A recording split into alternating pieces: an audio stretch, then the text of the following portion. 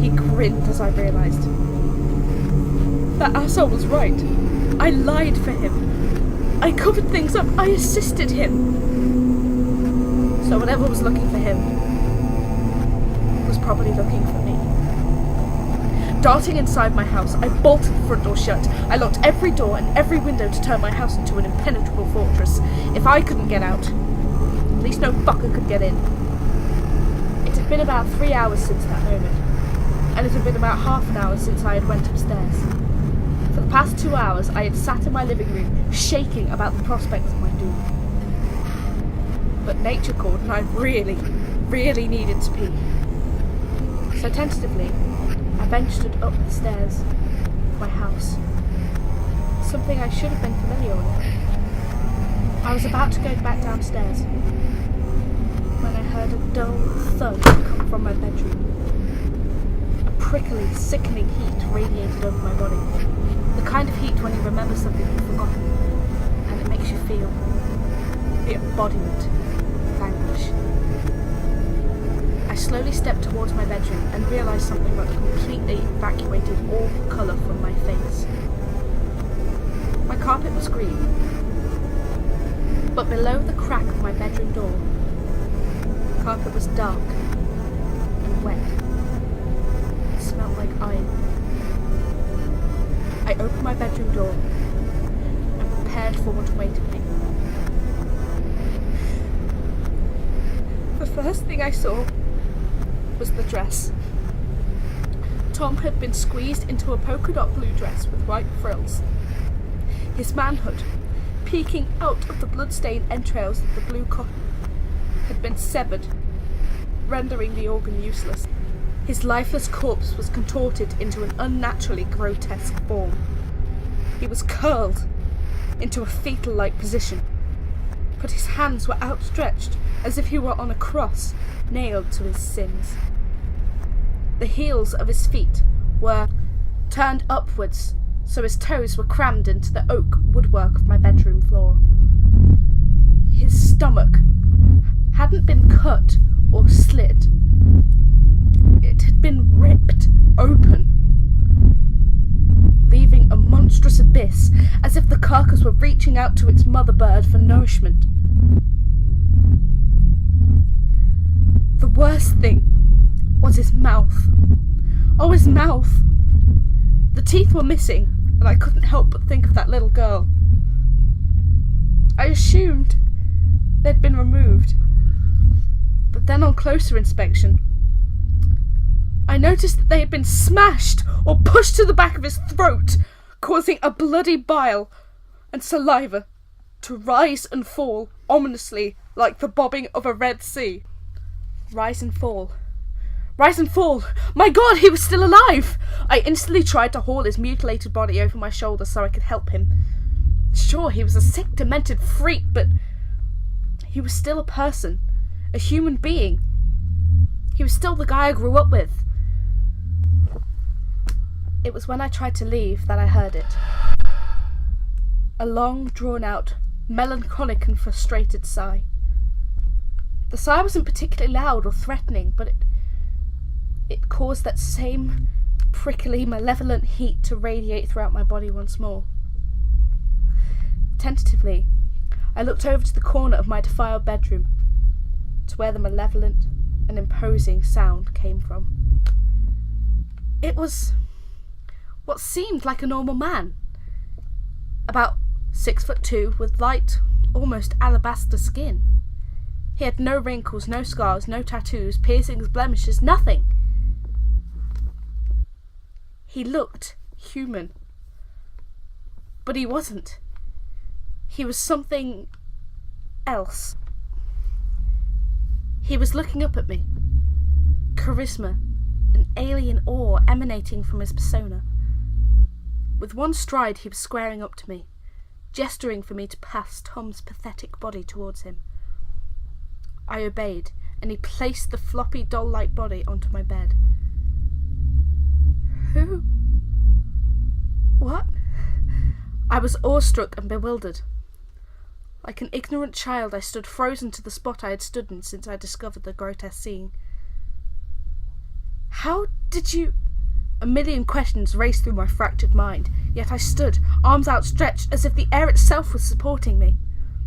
The creature before me didn't react. He simply smiled, a devilish smile, and relaxed onto the bed. "What are you?" I questioned silently. To my surprise, he acknowledged my question as if I had said it aloud, almost as if he had an open link intertwining our minds. I have been called many things. He smiled again. Comfortable. "May I ask you..." Please.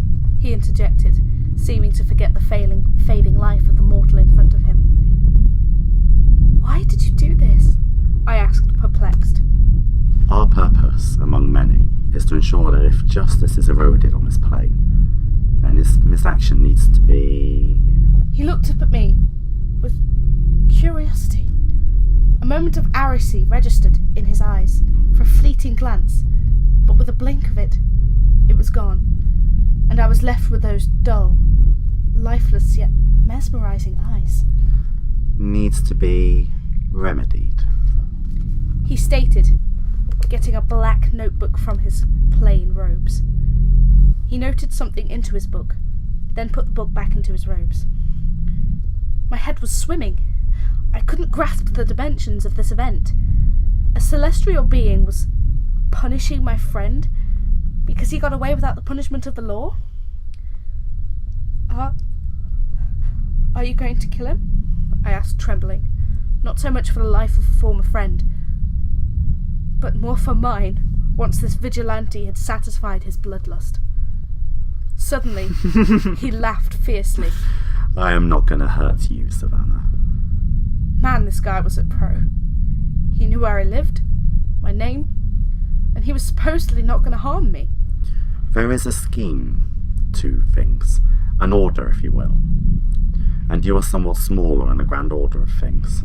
Slowly, he began to rise to leave, tossing the limp form of Tom onto his broad shoulders. He is guilty then, I seethed, a part of my soul dying. He did kill her. Oh, please, Savannah! He roared, surprising me, so I cowered in fear.